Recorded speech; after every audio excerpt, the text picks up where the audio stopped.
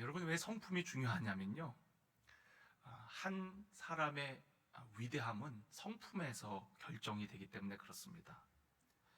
참된 위대함은 그 사람의 처한 환경이나 어떤 스펙에 있는 것이 아니라 그의 성품에 있습니다. 우리 모두가 부자가 되거나 1등이 될 수는 없지만 위대하게는 될 수 있습니다. 그 이유는 바로 우리가 어떤 성품을 훈련하고 또 가꾸느냐에 달려 있어요. 성품을 가꾼다는 것은 참으로 아름다운 일입니다. 하루아침에 완성되는 것은 아니지만 훌륭한 성품은 정말 그 사람을 빛나게 하는 거거든요. 또한 그 성품을 통하여서 그 사람이 하나님의 축복을 누리게 되어집니다. 하나님은 성품 속에 축복을 담아 두셨어요. 그래서 여러분, 우리가 예수님을 닮아가는 것보다 더 중요한 것은 이 세상의 그 어떤 것보다 없는 줄로 믿습니다.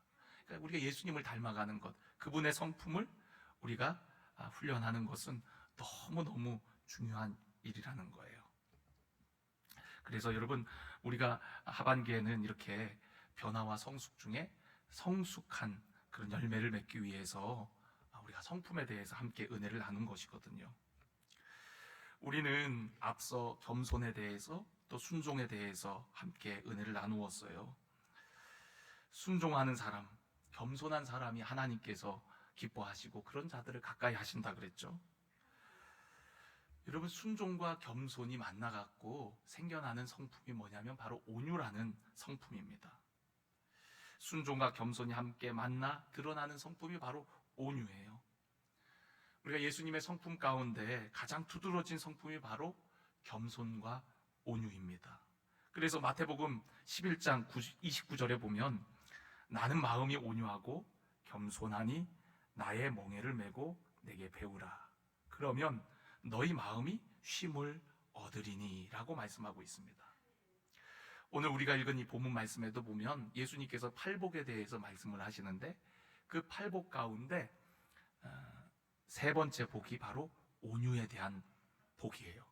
온유한 자는 복이 있나니 그들이 땅을 기업으로 받을 것이미요 라고 말씀하고 있습니다. 또 시편 37편 11절에도 보면 오직 온유한 자는 땅을 차지하며 풍부한 화평을 즐기리로다 라고 말씀하고 있습니다. 그러니까 온유한 자가 누리는 복이 단순히 내적인 복뿐만 아니라 외적으로도 땅을 차지하게 되어지는 그런 은혜를 누리게 됨을 우리에게 말씀해 주고 있어요.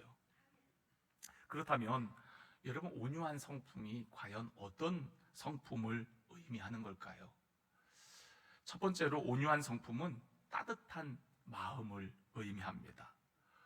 온유라는 그 단어를 한자로 쓰면은 따뜻하고 부드러운 그런 마음을 의미합니다. 따뜻하고 부드럽다라는 뜻을 가지고 있어요.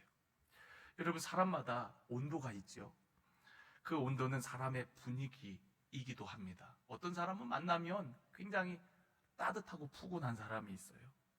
그런데 또 어떤 사람은 만나면 굉장히 냉정하고 차갑게 느껴지는 사람이 있습니다. 교회마다도 기운이 있습니다. 이번에 우리 CTS에서 아주 특별한 찬양을 촬영할 때 CTS 우리 본사에서도 직원들이 오고 또 우리 강원지사 지사장님도 하시는 얘기가 반석교회는 정말 따뜻한 것 같다고, 따뜻한 교회인 것 같다고, 또 예배를 드리면서 느낀 것이 반석교회는 기도가 살아있고 아주 뜨거운 교회인 것 같다고. 할렐루야. 그러니까 그 교회마다 느끼는 분위기가 있는 거거든요. 그러니까 그분들은 참 많은 교회들을 다니는 분들이거든요. 근데 우리 반석교회에 와서 그분들이 느낀 감정을 저에게 얘기하는데 반석교회는 따뜻한 교회, 또 기도가 뜨거운 교회, 그리고 환상을 보는 교회, 또 하나는 전도하는 교회. 할렐루야. 그런 교회인 것 같다고 그러면서 자기들이 느낀 이야기들을 저에게 해주시더라고요. 그래서 제가 참 기뻤어요. 맞아요. 우리 교회는 따뜻한 교회거든요. 예, 분위기만 따뜻한 것이 아니라 사람들이 따뜻한 교회. 할렐루야. 그래서 여러분, 사람들의 눈빛이 따뜻해야 되고요, 손길이 따뜻해야 되고, 또 마음이 따뜻한 교회, 그런 교회가 부흥하는 교회인 줄로 믿습니다. 여러분, 살아있는 것은요 따뜻해요. 어린아이 같은 경우는 얼마나 따뜻합니까? 그러나 여러분, 나이가 들면 또 어떤 죽음이 도사리는 곳에는 냉기가 흐릅니다. 여러분, 나이 들면 몸이 차져요. 그런데 여러분, 그렇다고 해서 마음까지 차져서는 안 됩니다. 항상 여러분의 마음이 따뜻한 마음이 될 수 있도록 늘 몸을 관리하듯이 마음 관리도 항상 하셔야 돼요. 우리 몸이 차가워지면 어떻게 합니까? 옷을 껴입잖아요. 따뜻한 옷들을 껴입는 것처럼 여러분 마음도 냉랭해질 때 그 냉랭한 마음을 다시금 데필 수 있도록 여러분 관리를 하셔야 돼요. 저 역시도 그럴 때가 있습니다. 신앙생활을 하다 보면은 마음이 나도 모르게 차가워질 때가 있어요. 그럼 어떻게 해야 돼요? 다시금 기도의 자리로 나가야죠. 기도의 자리에 가서 기도하는 거예요.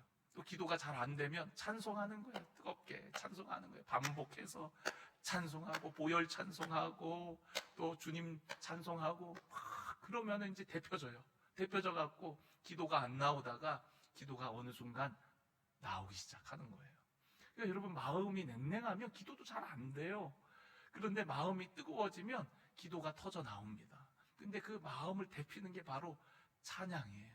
기도가 안 될 때는 찬양, 여러분이 정말 좋아하는 찬양 반복해서 부르면서 찬양하면서 나아가 보세요. 그럼 어느 순간 성령께서 찬양 가운데 임재하시고 우리의 냉랭했던 가슴들이 다시금 뜨거워져서 기도할 수 있게 되어집니다. 저는 오늘 여러분들이 가슴이 따뜻한 온유한 사람이 되어지기를 간절히 원합니다. 늘 마음 관리를 해서 따뜻한 마음을 유지하고 누구를 만나도 따뜻한 눈빛으로 따뜻하게 대하는 여러분들이 되어지기를 간절히 원합니다. 차가운 곳에는 열매가 맺을 수 없어요. 겨울은 춥지요. 추울 때는 여러분, 나무도 다 이파리 떨궈내고 그리고 열매를 맺질 않습니다. 그러나 여러분, 따뜻할 때 여러분 이파리도 나고 또 그곳에 꽃도 피고 그리고 열매도 맺혀지게 되어지는 거예요. 저는 이 겨울 우리 따뜻한 우리 반석교회 성도들이 그리스도의 빛이 되어서 이 추운 겨울 우리의 이웃들을 따뜻하게 데펴주는 그런 거룩한 빛이 되어지기를 간절히 원합니다. 우리가 크리스마스 트리를 아름답게 세웠죠. 이번에 우리 지용태 장로님과 또 우리 남성교회 청장년의 회원들이 저렇게 아름답게 크리스마스 트리를 세웠어요. 이제 오늘 우리가 점등식을 갖지만 여러분, 우리가 저 불빛도 밝혀야 되지만 우리 마음의 불빛을 밝혀야 됩니다. 그래서 우리 이웃들에게 어떻게 하면 따뜻하게 이 겨울을 함께 할 수 있을까? 우리 주변에 이 추위 속에 정말 얼어붙은 영혼들은 없나? 그리고 우리가 어떻게 하면 그들에게 다가갈 수 있을까? 또 어떻게 하면 그런 이웃들을 찾아낼 수 있을까? 여러분, 우리는 교회 안이 아니라 교회 바깥에 관심을 돌려야 됩니다. 하나님께서 온 세상을 사랑하셨듯이 우리 역시도 온 세상을 향한 마음을 가지고서 예수 그리스도의 빛을 가지고 우리 한 사람 한 사람이 의의 나무 되어서 거룩한 빛을 발하는 우리 모두가 되어야 할 줄로 믿습니다.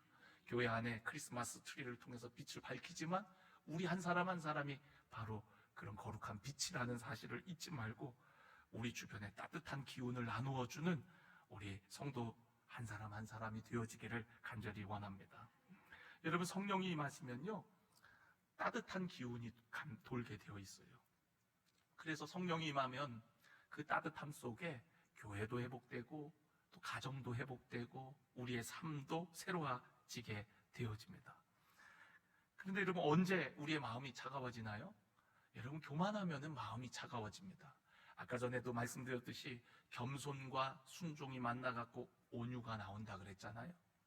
겸손과 순종이 마치 결혼을 해서 만나갖고 낳은 아이가 온유와 같은 거거든요. 그러니까 여러분, 우리가 교만하면 결코 온유할 수 없습니다. 따뜻할 수 없어요. 교만한 사람은 차갑습니다. 남을 판단하고 정죄하는 사람은 차가울 수밖에 없어요. 그러나 겸손한 사람, 또한 순종하는 사람은 늘 마음이 따뜻한 거죠. 우리가 성경에 보면은 이삭이라는 인물이 나옵니다. 근데 이삭은 참 온유한 사람이었어요. 블레셋 사람들이 이삭을 시기해갖고 다투려 할 때에도 이삭은 같이 맞대응하고 싸우지 않고 피합니다. 또 이삭의 삶 가운데 어린 시절에 그의 형, 이복형 이스마엘이 있죠. 이스마엘이 그를 핍박하고 괴롭혀도 이삭은 대항하지 않아요. 싸우지 않습니다. 이삭은 푸근한 사람이거든요. 보면은 이삭의 인생을 보면은 싸울 기회들이 많이 있었는데도 불구하고 싸우지 않아요. 늘 그냥 누가 뭐라 그러면 피하고 또 피하고 피하는 사람이었습니다. 그랬더니 하나님께서 이삭에게 땅을 차지하게 하시고 또 마침내 거부가 되게 하십니다. 그러니까 여러분, 온유한 자가 누리는 축복이 내적인 축복뿐만 아니라 외적으로도 잘되고 형통하고 마침내 차지하게 되어지는, 할렐루야, 그러한 은혜가 있는 줄로 믿습니다.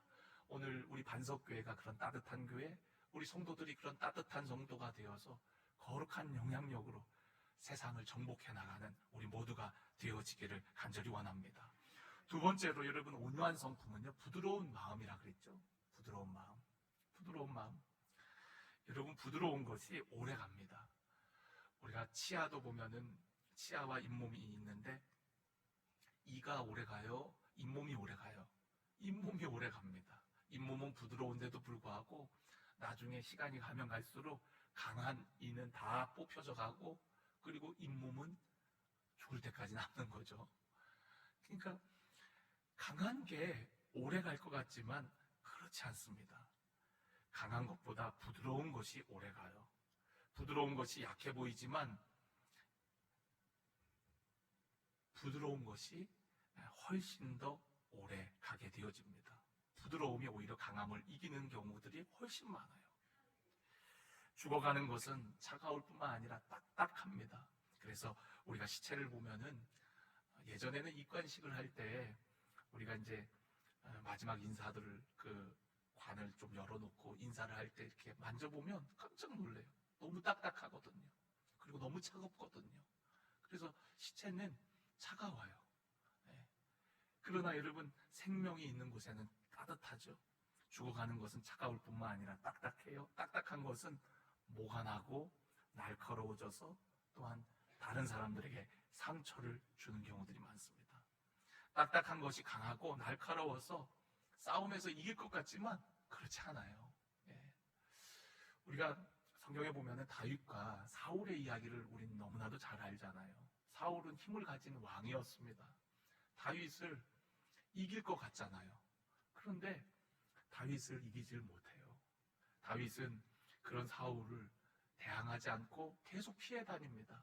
죽일 기회가 와도, 공격할 기회가 와도 싸우지 않아요. 그런데 마침내 어떻게 됩니까? 다윗이 왕국을 차지하고 사울 왕은 결국 마지막 비참하게 죽게 되어집니다. 힘이 이길 것 같지만, 강한 자가 이길 것 같지만 온유한 자가 이기게 되어집니다. 온유한 자가 승리하고 마침내 남게 되어지는 거예요. 저는 오늘 여러분들이 온유한 자가 되기를 원합니다. 부드러운 자가 되기를 원합니다. 제가 예전에 연천 지방에 있을 때 아주 힘 있는 목사님이 지방에 오셨어요. 그래서 이분이 얼마나 힘 자랑을 하는지, 다 사람들이 목소리 크고 힘이 있으면 이 비겁한 사람들은요, 거기에 또 뭐랄까요, 그 권력에 또 빌붙는 사람들이 있어요. 보면은 항상 보면은. 근데 이제 힘 있고 목소리 크니까 막 말도 안 되는 일들을 막 지방 안에 막 하니까 어떻게 해요? 웬만큼 말이 안 되는 일을 해야 그냥 가만히 있을 텐데, 너무 가만히 있으니까 가만히로 알고 정말 자기 마음대로 다 하잖아요. 그래갖고 제가 보다 못해갖고, 이거는 정말 아닌 것 같은데 다시 한번 생각해 보시라고 권면을 드렸죠. 그랬더니 하여튼 무서워요. 무서워요. 막 그냥 막 눈을 부라리면서 감히 나의 뜻에 거스르는 그런 말을 했다고 그러면서 막 눈을 부라리면서 막 그래요. 얼마나 무섭던지. 아유 무서워. 그러고서 눈을 감았죠. 뭐 어떡하겠어요. 그러고서는 얼마나 핍박을 하고 힘들게 하는지 어떻게 해요. 그렇다고 여러분 뭐 멱살 잡고 싸울 수 있는 것도 아니고, 싸워도 내가 질 것 같아 힘으로도. 전 힘이 없거든요. 그러니까 어떻게 해요. 그냥 뭐 엎드려서 기도하는 거죠. 하나님 선악간에 판단해 주세요. 제가 잘못한 것 있으면 하나님 깨닫게 해주시고, 그리고 정말 이게 옳지 않은 일이면 하나님 그 계획이 무너지게 해달라고 하나님 앞에 기도했죠. 그런데 하는 일들마다 안 되는 거예요. 안 되는 거예요. 그러니까 저는 그냥 뭐 싸운 적이 없어요. 아닌 건 그냥 아니라고 얘기했을 뿐이지 한 번도 뭐 언성을 높이고 다툰 적이 없습니다. 그런데 저 때문에 일이 안 된다고 그러면서 어떻게 내가 기도하는 건 알고서는 그러면서 막 그냥 얼마나 나를 미워하고 괴롭히고 뭐 그러는지, 막 무슨 모략을 꾸미는지. 그러거나 말거나 하나님 아시지요. 그러고서는 있는데 결국에는 하나님이 다 교통정리를 해주시더라고요. 싸우지 않았어요. 싸우려고 달려들어도 그냥 눈 질끈 감고 무서워서 아유 난 싸우면 지우는데 그러고서는 가만히 있었어요. 근데 하나님이 때가 되니까 다 교통정리해 주시더라고요. 다 교통정리해 주시더라고요. 그러니까 여러분 절대 싸우지 마세요. 그리고 그냥 부드럽게 분위기 험악하게 만들지 말고 부드럽게 좋게, 우리가 어떤 문제가 있으면 어떻게 하면 힘을 합쳐갖고 이걸 해결하나 그걸 고민하면 되지, 문제가 생겼다고 해서 그 문제 때문에 우리가 화내고 뭐 책임을 묻고 그러지 마세요. 여러분 그렇게 해갖고 여러분 마음이 식으면 어떡합니까? 마음이 실족하면 어떡합니까? 누군가가 상처받으면 어떡합니까? 여러분 손바닥도 마주쳐야 소리가 나는 거거든요. 한 사람이 아무리 강해도 여러분 대응하지 않고 피하면 그 손바닥 마주치셔서 소리 나는 것처럼 그렇게 소리는 안 나거든요. 같이 언성을 높이면 그때부터는 싸움이 되고 문제가 되어지는 거죠. 그러니까 누구 하나는 온유한 사람이 필요해. 온유한 사람이 화평을 만들어내고요, 온유한 사람이 좋은 분위기를 만들게 되고요, 그리고 그런 부드러운 마음을 가질 때 여러분 세상은 그 부드러운 사람을 통해서 세상이 조금씩 달라질 수 있는 거거든요. 밝아질 수가 있는 거거든요. 여러분 우리 안에 그런 부드러운 사람들이 많이 일어나기를 주의 이름으로 간절히 축원합니다. 좀 전에도 말씀드렸듯이 여러분 이삭은 아버지 때 팠던 그 우물들 그거 다 자기 소유입니다. 그런데 그 블레셋 사람들이 와갖고 이거 우리 거라고 빼앗으니까 그냥 싸우지 않고 피해요. 주고 갑니다. 그리고 또 다른 곳에 가갖고 또 우물 파는 거예요. 또 다른 곳에 가서 또 우물 파는 거예요. 또 다른 곳에 가갖고 또 우물 파는 거예요. 웬만큼 그러면은 한바탕 할 만도 할 텐데 이삭은 그러지 않아요. 그리고서 나중에 가갖고 또 파고 또 파고 또 파니까 그 모습을 본 블레셋 사람들이 야 어떻게 이럴 수가 있지? 저 사람은 분명 하나님이 함께 하시기 때문일 거야. 그리고서는 나중에는 어떻게 합니까? 싸우려고 덤비던 사람이 어떻게 해요? 우리 사이좋게 지내자고 화친조약을 맺으러 오지 않습니까? 그래갖고 나중에는 조약을 맺고 서로 간에 침범하지 않기로, 서로를 존중하고 인정하기로 하지 않습니까? 그러니까 여러분 온유한 자는요 그런 거룩한 영향력이 있는 거예요. 그리고 마침내 땅을 차지하게 되는 것처럼 그런 거룩한 영향력으로 세상을 정복해 나가는 하나님의 사람이 되어지는 것이죠.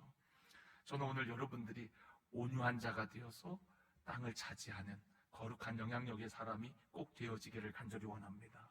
마지막으로 여러분 온유하다는 것은요 기다릴 줄 아는 것을 의미합니다.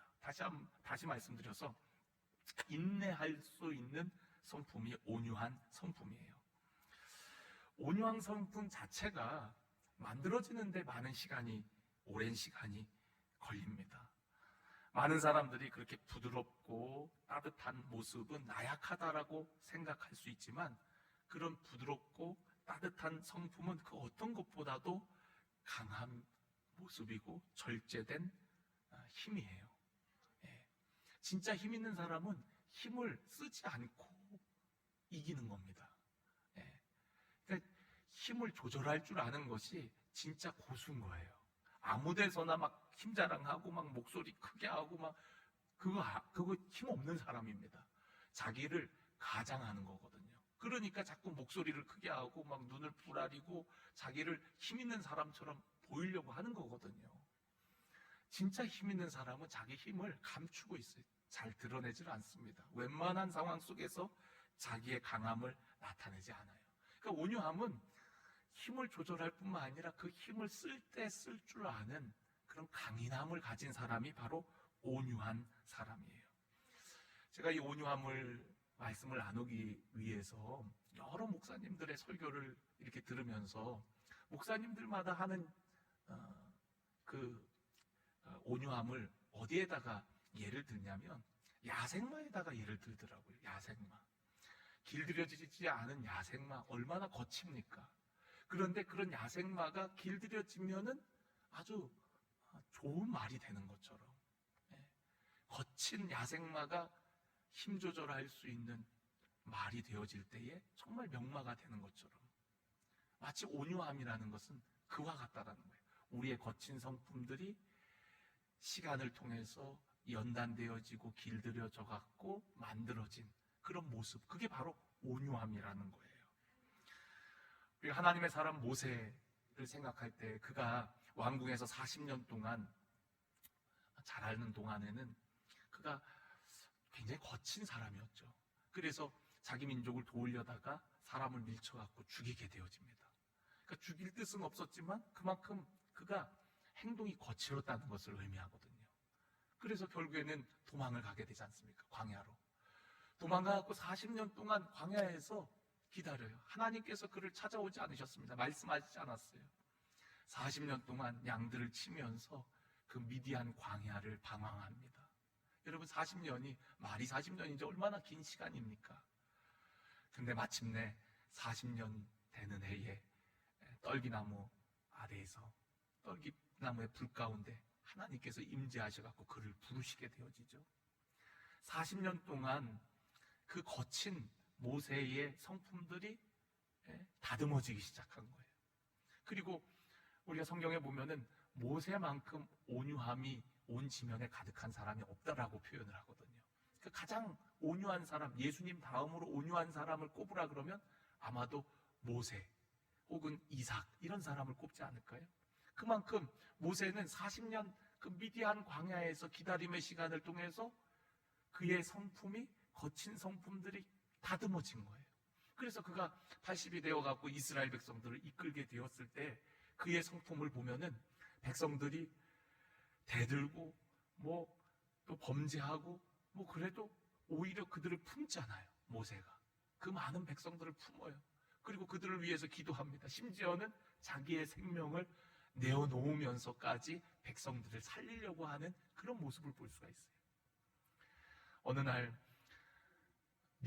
모세의 누이 미리암과 아론이 모세가 뭘 잘못해갖고 막 비방을 하는데 모세가 그거에 대응하지 않습니다.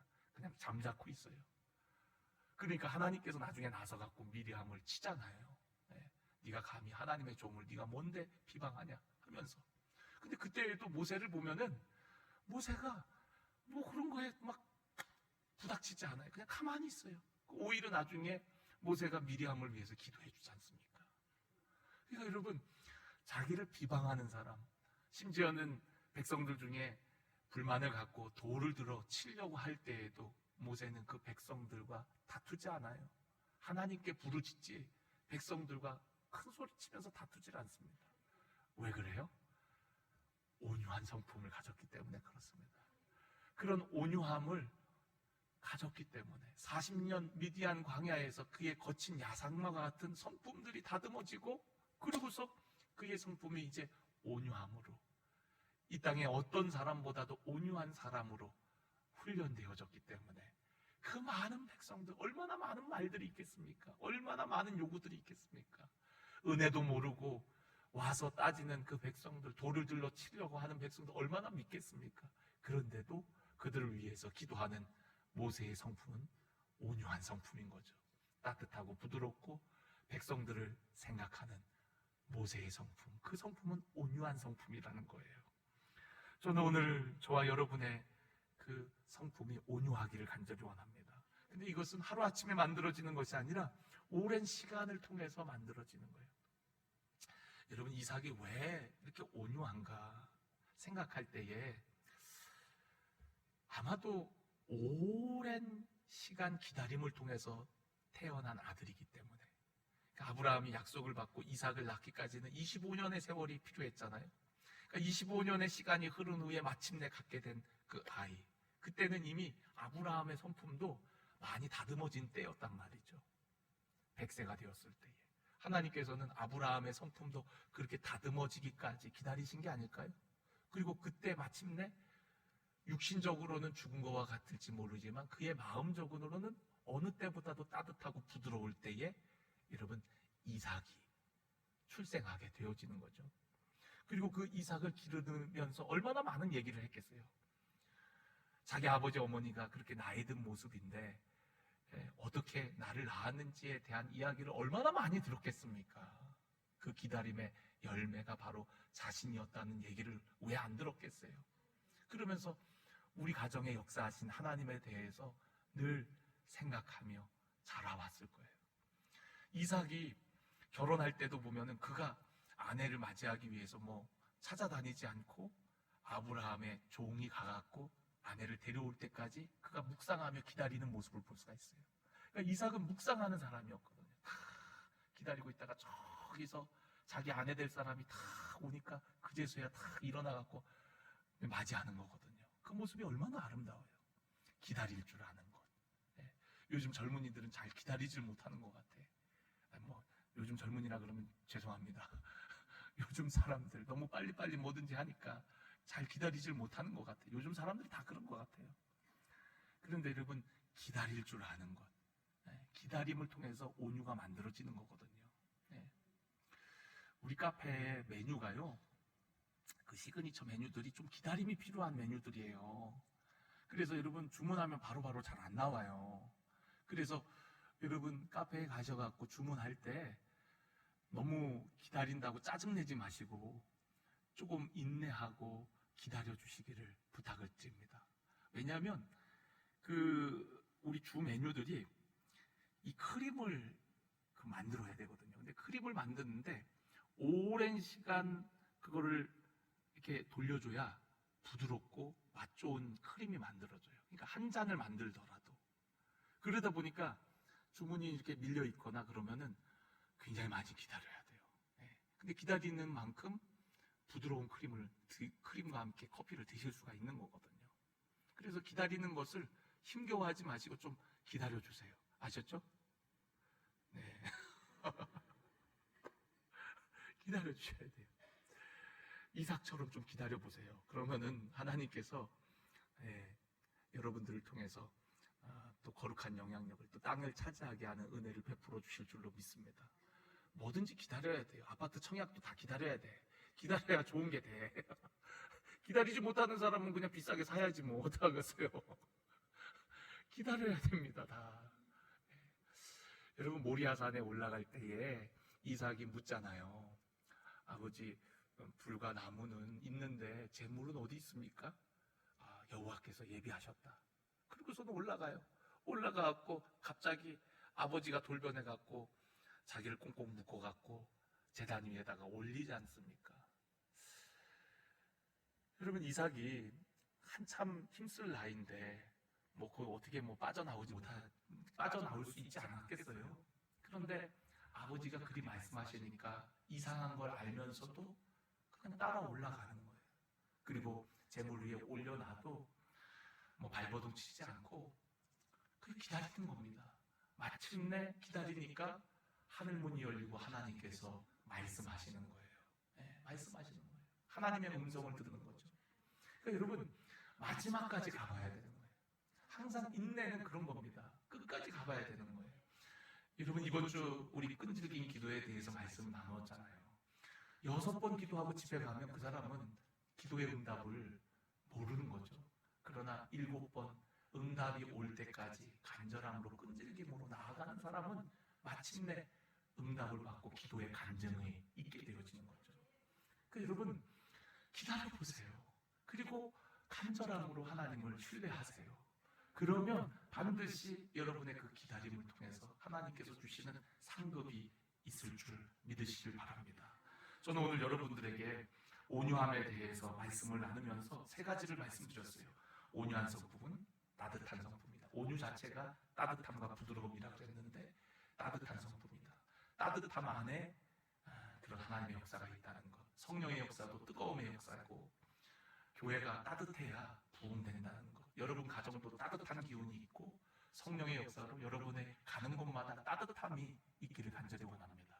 또 부드러움은 강함을 이긴다 그랬어요. 여러분 힘쓰지 마세요. 힘 자랑하지 마세요.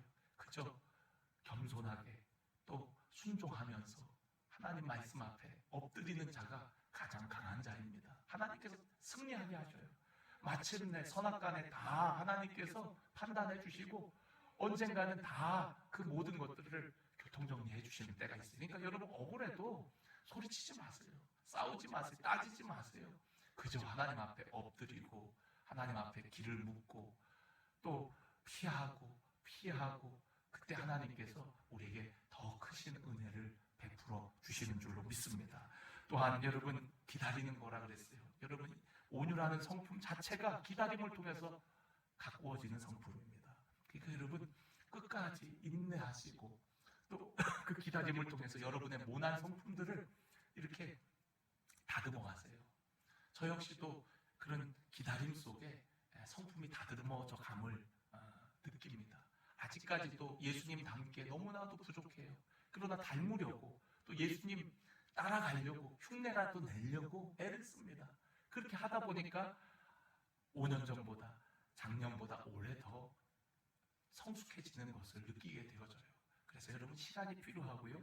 그 시간 속에 여러분 그 시간은 기다리는 시간은 낭비가 아니라 거룩한 투자라는 사실. 여러분 한 알의 밀알이 땅에 떨어졌을 때 드러나면 어떻게 됩니까? 죽습니다. 햇빛에 말라갖고 죽습니다. 그러나 여러분 한 알의 밀알이 떨어져갖고 땅속 어느 적당한 지점에 박혀야 어느 시점 돼야 거기서 싹이 나고 그리고 성숙해지고 열매 맺고 할 수 있는 거거든요. 그러니까 여러분 우리가 밀알이라고 생각하죠. 지금은 내가 밀알이다.